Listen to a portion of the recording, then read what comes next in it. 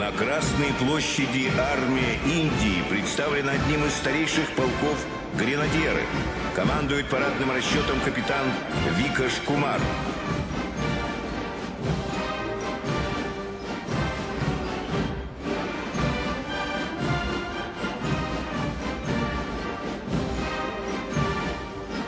Перед трибуной проходит подразделение полка государственного.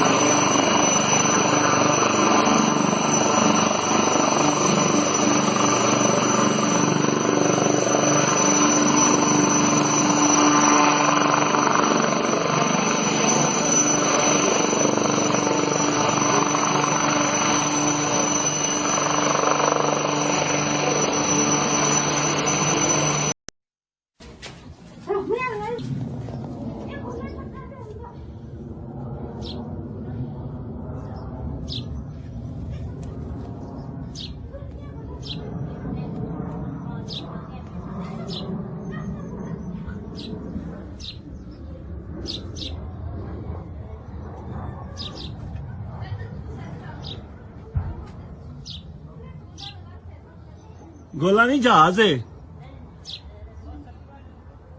और जहाज है आहो मैं वीडियो बनाई है आफा साहब इंडिया का जहाज आहा ए आया जी इधरों आंदा है पिया ए देखो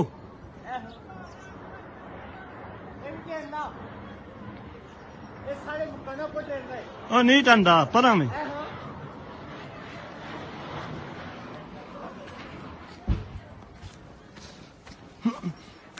उधर भी किथे ओहो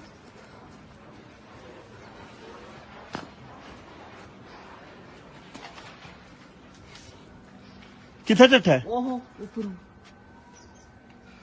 उधर किथे टट्ठा है ये गोला से ना ना जहाज हा इंडिया का उन्होंने सट्टिया उतों ए आया जी एक होर इधर जंग शुरू हो गई है हाँ हैं आप सब बच्चों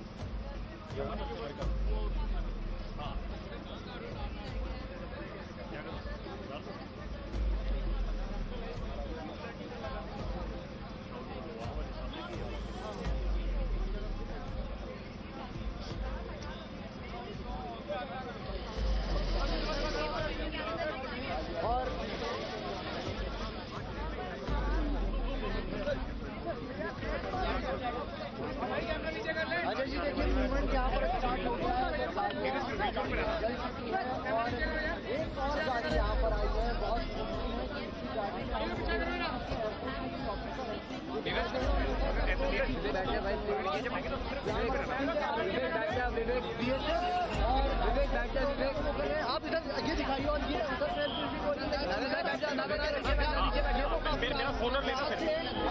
जा रहे हैं इस तस्वीर से आप भाई एक मिनट तस्वीर से आपको दिखाएंगे लेकिन ये वो तस्वीर है बनी रहनी चाहिए ये अभी तो वहीं पर जिसमें अभिनंदन हो सकते हैं एक झलक आपको इसी कॉन्वॉय में अभिनंदन मिलेगी और बहुत मुमकिन है मुझे पता भी नहीं होगा कि पिछले 48 घंटे में क्या हुआ बहुत मुमकिन है कि अभी जो आप गाड़ी देख रहे हैं जो आर्मी व्हीकल है इसके पीछे वाले व्हीकल में अभिनंदन हो सकते हैं तो हम लगातार इस कॉन्वॉय की तस्वीर दिखा रहे हैं लेकिन प्रेस ब्रीफिंग भी की जा रही है एयरफोर्स की तरफ से और साथ ही BHF की तरफ से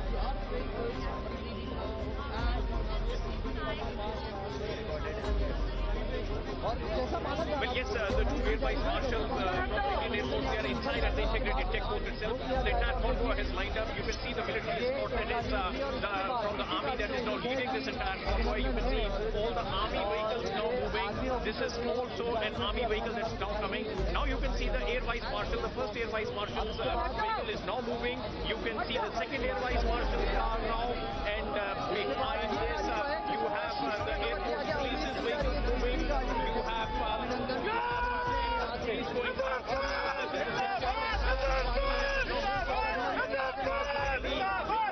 Abhinandan has been taken out from the integrated checkpost, and the entire convoy has made its way out from the integrated checkpost itself. You had all those vehicles moving out along with the military escort that we had been talking about earlier. Will be taken to the airport station itself, which is just adjacent to the Amritsar airport itself, and from there, we don't know at what point it is. But now because of the substantial delay, it might have been in the morning. But now,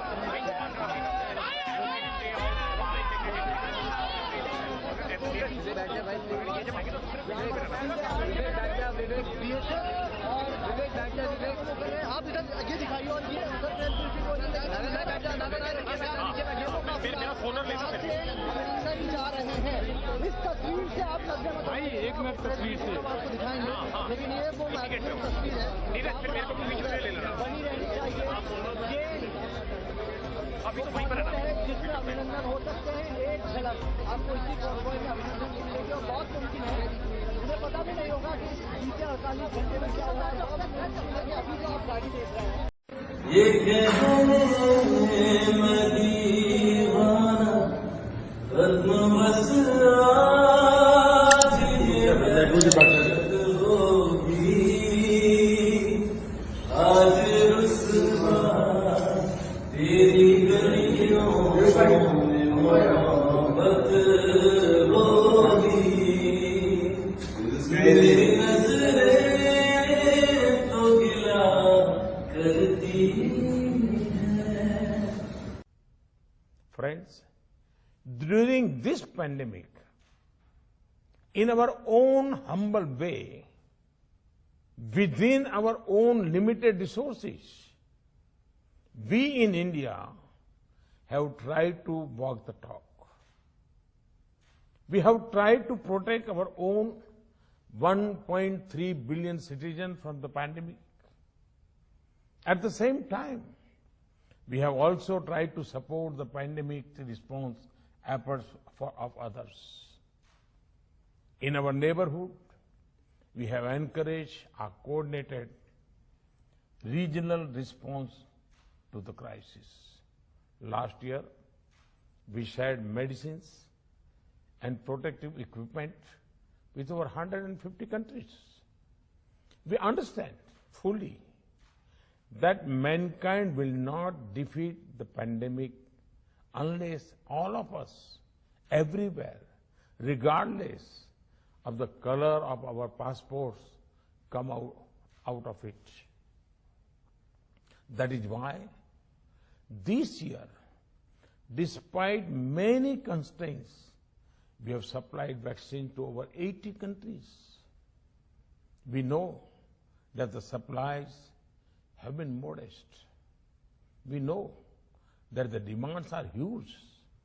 We know that it will be a long time before the entire humanity can be vaccinated.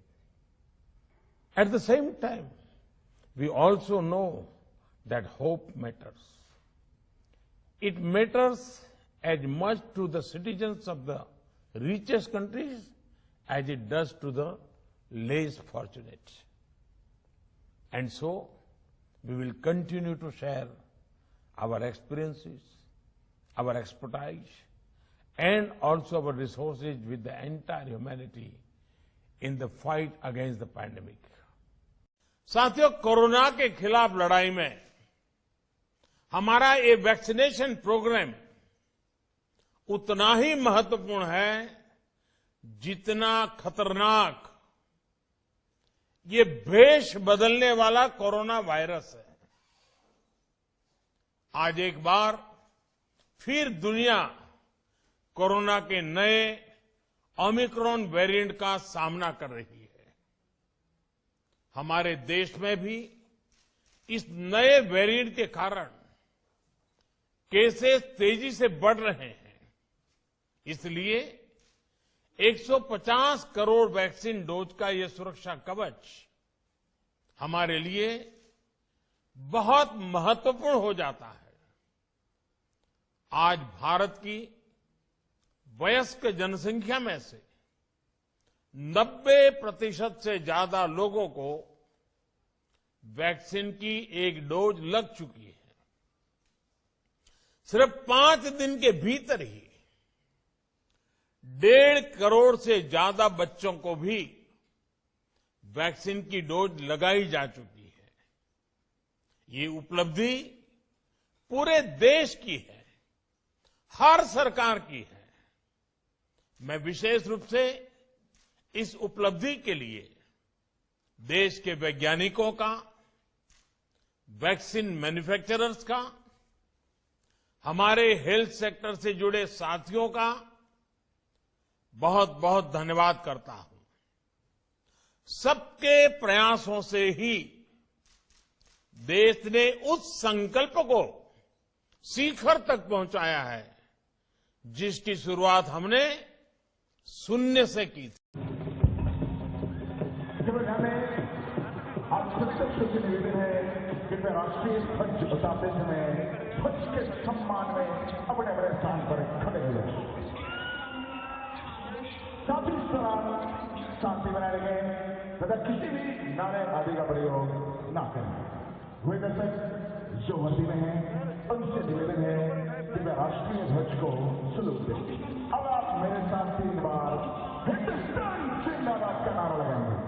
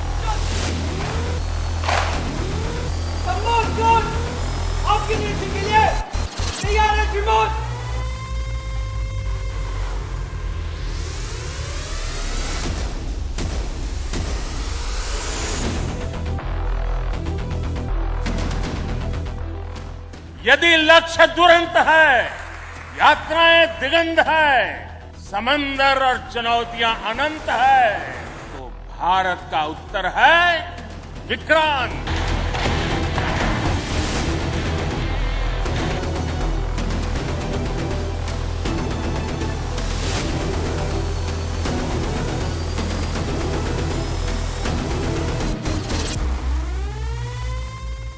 Vikrant विशाल है, विराट है, विहंगम है। विक्रांत विशिष्ट है, विक्रांत विशेष भी है। विक्रांत केवल एक युद्धपोत नहीं है, ये 21वीं सदी के भारत के परिश्रम, प्रतिभा, प्रभाव और प्रतिबद्धता का प्रमाण है।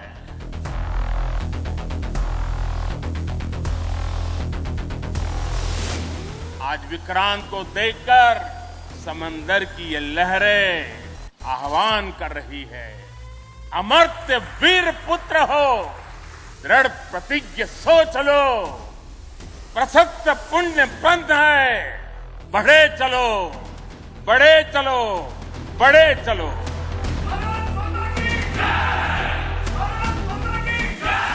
अब तक भारतीय नौसेना के ध्वज पर गुलामी की पहचान बनी हुई, लेकिन अब आज से छत्रपति शिवाजी महाराज से प्रेरित नौसेना का नया ध्वज समंदर और आसमान में लहराएगा।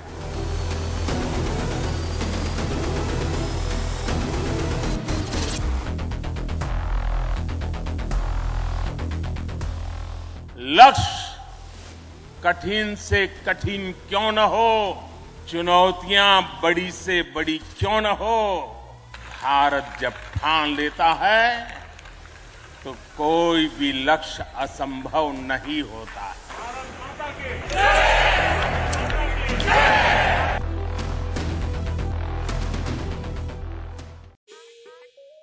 The Indian defense industry introduced the Mounted Gun System, MGS, which is armed with one ATAGS, Advanced Towed Artillery Gun System, caliber 155 mm 52 cannon mounted on the rear of the truck chassis.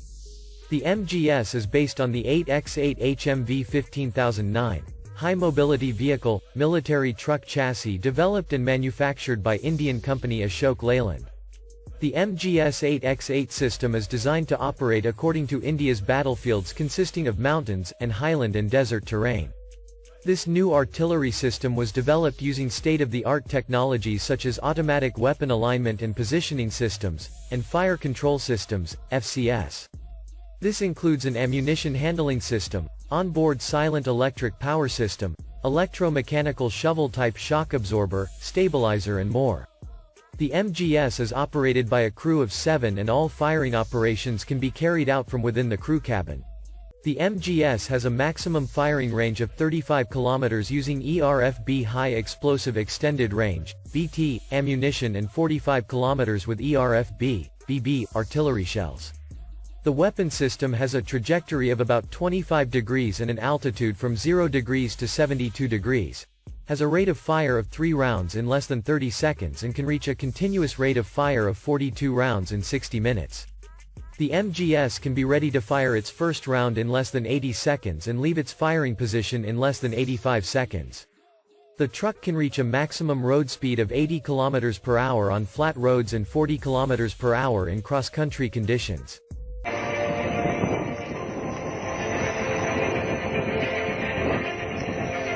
From your left, coming in for landing. After that captivating display by the Sukhoi 30s, here we have in front of us the light.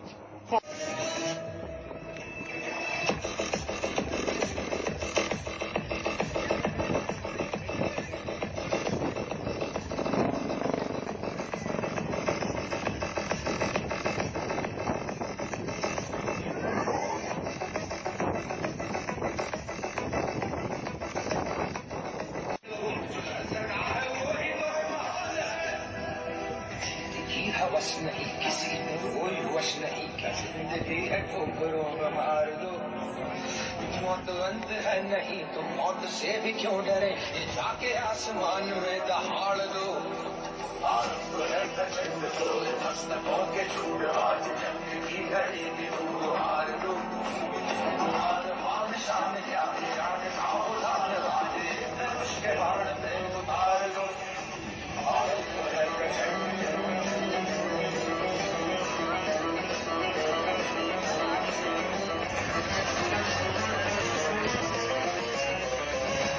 Ladies and gentlemen, here she is, the light combat helicopter Prachand, right in front of you. It's now readying to perform some lateral movement parallel to the runway, which will culminate in the majestic extreme tail-up maneuver.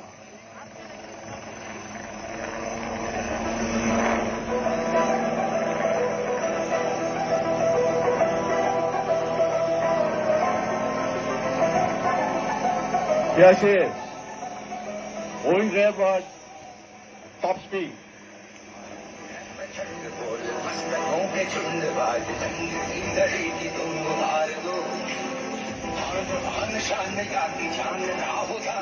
Now she goes, tail up, the extreme tail up maneuver.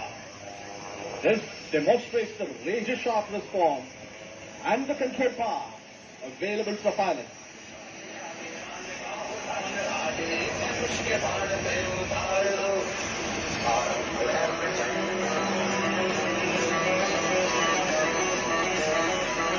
Hindustan Aeronautics Limited has placed India among the very few countries that have capability. The Prachand is doing a rudder turn right in front of us.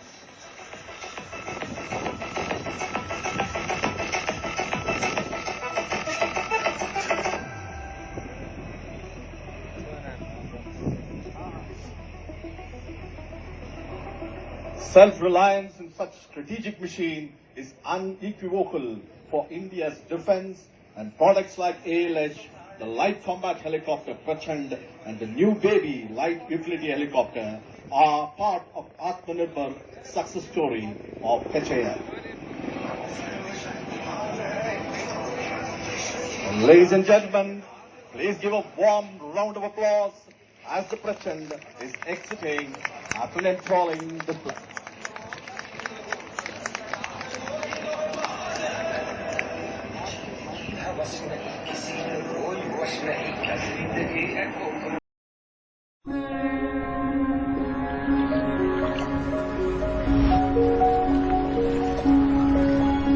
Bharat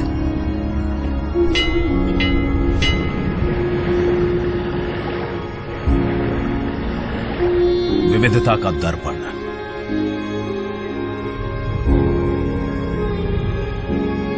एकता की मूरत और लोकतंत्र की जननी।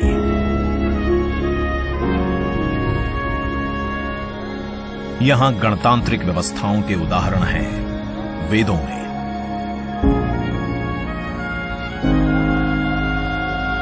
वैशाली की गण परिषद के उत्कोचों में, आचार्य चाणक्य के अर्थशास्त्र में, उत्तरा मेरूर के शिलालेखों में वर्णित चोल साम्राज्य की पंचायत व्यवस्था में, उनकी गणम और वार्यम व्यवस्था में,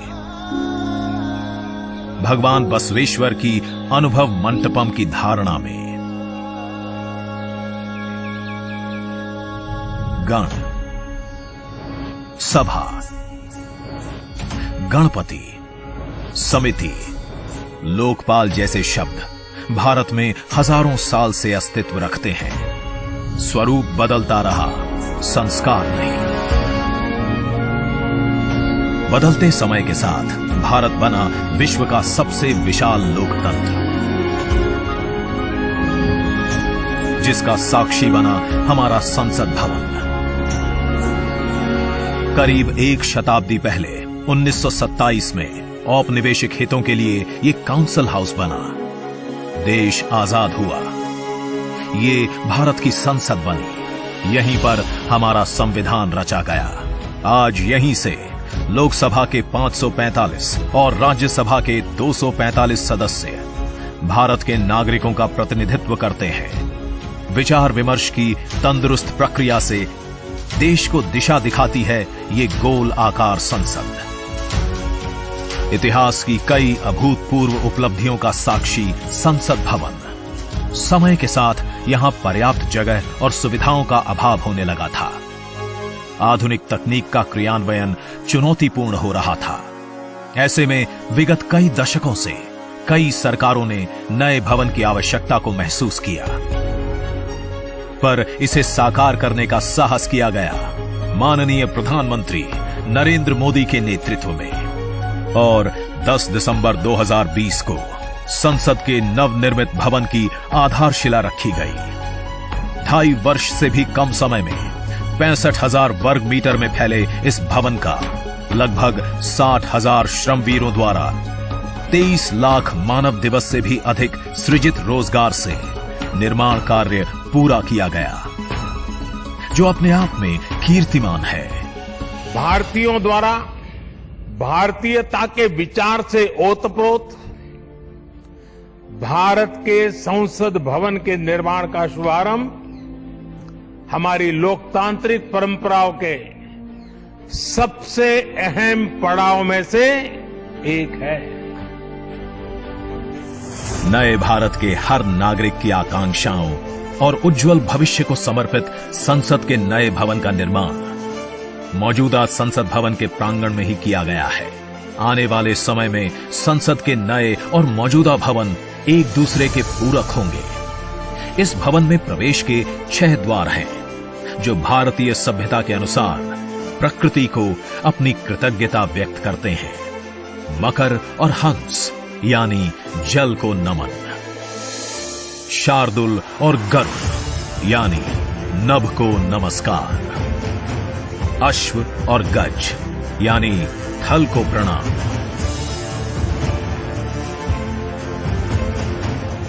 संसद के नए भवन का नया विराट लोकसभा कक्ष, जो राष्ट्रीय पक्षी मोर से प्रेरित है।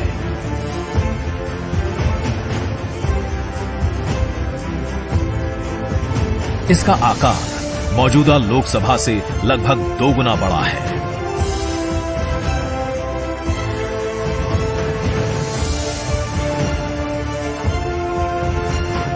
नया राज्यसभा कक्ष राष्ट्रीय पुष्प कमल से प्रेरित है।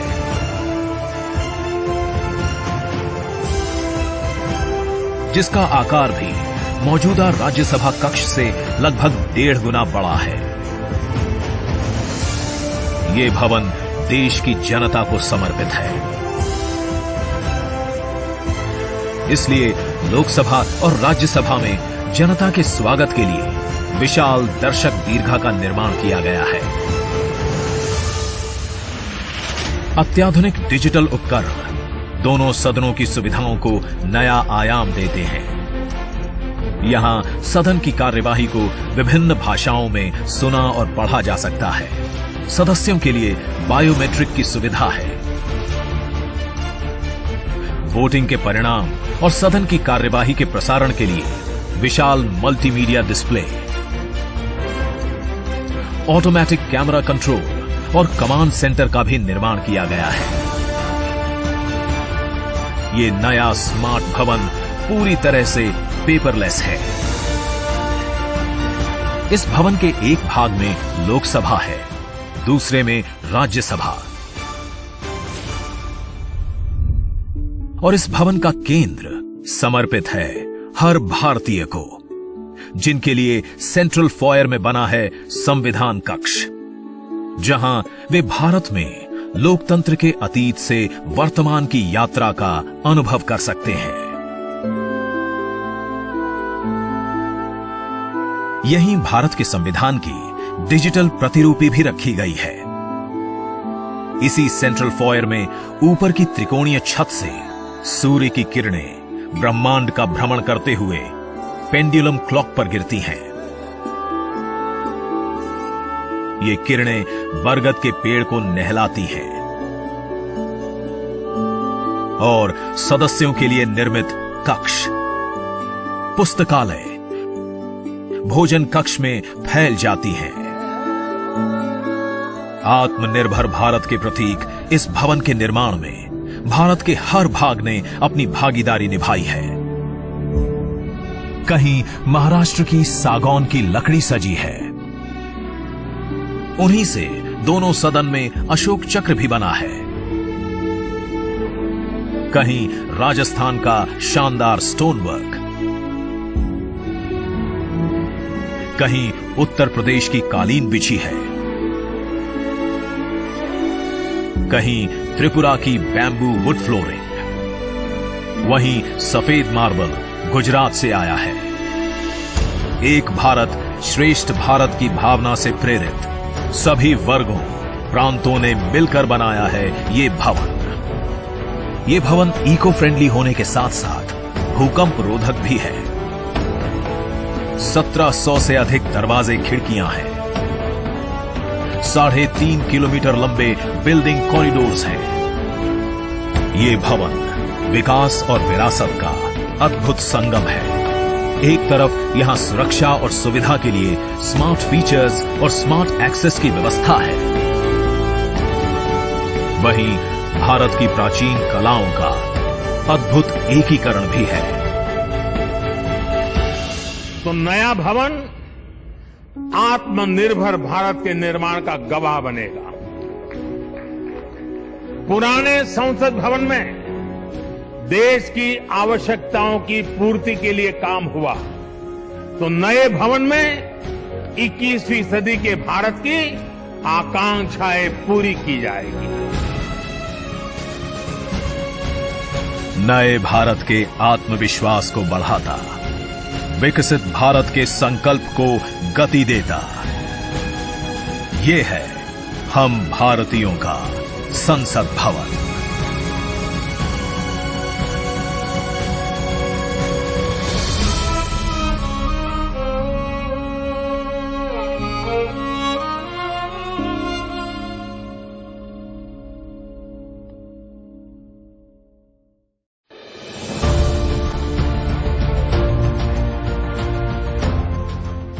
प्रधानमंत्री श्री नरेंद्र मोदी के दूरदर्शी नेतृत्व में भारत को उच्च तकनीक क्षेत्र में दुनिया के विकसित देशों के समकक्ष लाने और संबंधित औद्योगिक क्षेत्रों में आत्मनिर्भर बनाने का दृढ़ निश्चय निहित है। आज का नया भारत जय जवान, जय किसान, जय विज्ञान के साथ ही जय अनुसंधान का आह्वान करते हुए आगे बढ़ रहा है। इस संदर्भ में रेयर अर्थ तत्व विशेष महत्व रखते हैं। रेयर अर्थ तत्व स्वच्छ ऊर्जा, कंज्यूमर इलेक्ट्रॉनिक्स, मोटर, बैटरियों सहित अनेक अति विशिष्ट क्षेत्रों में अपरिहार्य रूप से प्रयुक्त होने के कारण अत्यधिक मूल्यवान होते हैं। इनके महत्वपूर्ण उपयोगों में से एक समैरियम कोबाल्ट स्थायी चुंबकों का उत्पादन है।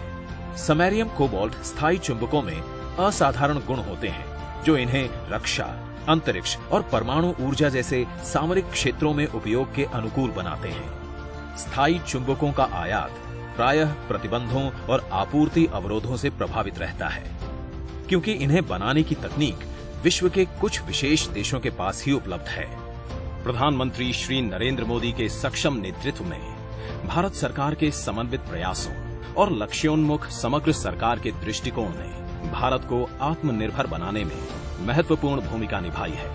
परिणाम स्वरूप रेयर अर्थ चुंबकों के क्षेत्र में भारत अब पूरी तरह से स्वदेशी सामग्री और प्रौद्योगिकी का उपयोग करके औद्योगिक पैमाने पर समैरियम कोबाल्ट स्थायी चुंबकों के उत्पादन की जटिल तकनीक में महारत हासिल कर चुका है।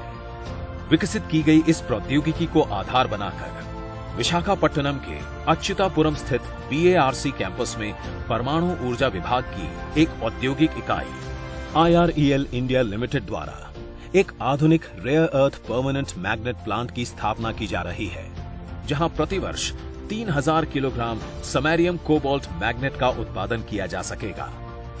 197 करोड़ रुपए की लागत से बना ये प्लांट सामरिक क्षेत्रों के लिए samarium cobalt rare earth permanent magnet की निरंतर उपलब्धता सुनिश्चित करेगा। Rare earth permanent magnet plant की स्थापना उच्च प्रौद्योगिकी क्षेत्र में भारत को आत्मनिर्भर बनाने की दिशा में एक महत्वपूर्ण कदम है।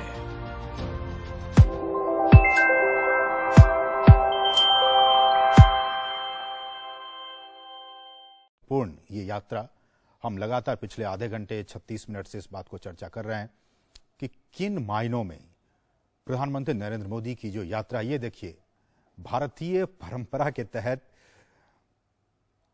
वहां के जो राष्ट्राध्यक्ष हैं उन्होंने, मुझे लगता है पांव छूकर उन्होंने प्रणाम किया है, प्रधानमंत्री का पांव छूकर उन्होंने प्रणाम किया। ये इन तस्वीरों में स्पष्ट तौर पर हमें दिखाई दिया। और उसके बाद उनके जो कैबिनेट के जो वरिष्ठ उनके जो मंत्री हैं उनके साथ उनका इंट्रोडक्शन कराते हुए, और प्रधानमंत्री भी सबका अभिवादन स्वीकार करते हुए। पापुआ न्यू गिनी की ये लाइव तस्वीरें आप सिर्फ और सिर्फ डीडी न्यूज के जरिए देख पा रहे हैं। ये लाइव तस्वीरें, प्रधानमंत्री पापुआ न्यू गिनी पहुंच चुके हैं। कल बहुत ही महत्वपूर्ण ये बैठक होने वाली है, जिस बात का जिक्र हम अभी कर रहे थे। Forum for India Pacific islands cooperation, FIPIC जिसका शॉर्ट फॉर्म है, उसके शिखर सम्मेलन में प्रधानमंत्री भाग लेंगे और पापुआ न्यू गिनी के जो राष्ट्राध्यक्ष हैं दोनों मिलकर इसकी सह अध्यक्षता करेंगे। जैसा कि हमारे दोनों ही मेहमान बता रहे थे कि भारत और पापुआ न्यू गिनी के संबंध बहुत पुराने हैं। हालांकि जो इंडियन डायस्पोरा है उनकी तादाद बहुत कम है, लगभग 3000 से ज़्यादा के आसपास है, 3000 से 4000 के बीच। लेकिन बावजूद इसके ये जो संबंध हैं दोनों ही देशों के बीच वो काफ़ी मजबूत हुए हैं, धीरे धीरे और भी प्रगाढ़ होते जा रहे हैं। और कल जिस तरह से forum for India Pacific islands cooperation के शिखर सम्मेलन में हिस्सा लेंगे,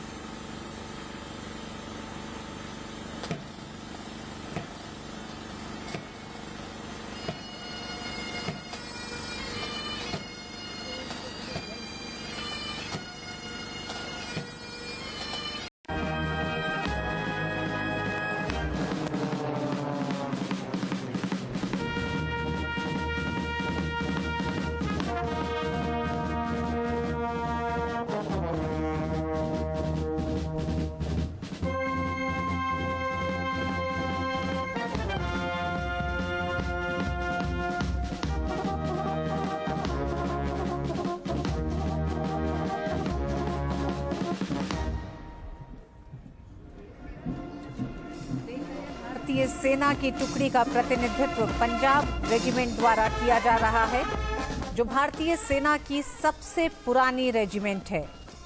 इस रेजिमेंट के सैनिकों ने दोनों ही विश्व युद्धों के साथ साथ स्वतंत्रता प्राप्ति के बाद आयोजित अनेक मौकों पर शामिल तमाम सैन्य अभ्यासों और उसमें हिस्सा लिया है। इस समय आप सुन सकते हैं ये धुन, बिल्कुल सारे जहां से अच्छा हिंदुस्तान हमारा।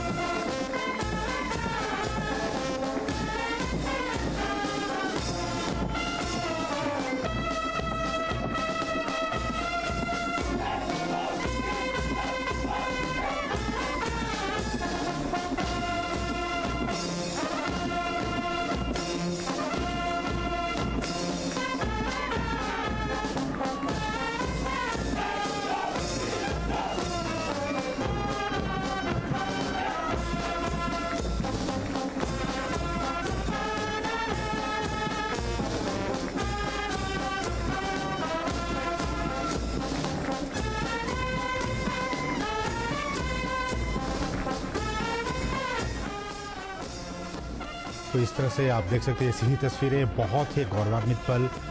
और इस तरह से भारतीय दल में जो सेना के 77 मार्चिंग कर्मी हैं और इसमें वुमेन इसमें अगर मैं नेतृत्व की बात करूं तो सेना की टुकड़ी का नेतृत्व कैप्टन अमन जगताप कर रहे हैं, नौसेना की टुकड़ी का नेतृत्व कमांडर व्रत बघेल कर रहे हैं और साथ साथ वायुसेना की टुकड़ी का नेतृत्व स्क्वाड्रन लीडर सिंधु रेड्डी कर रही हैं।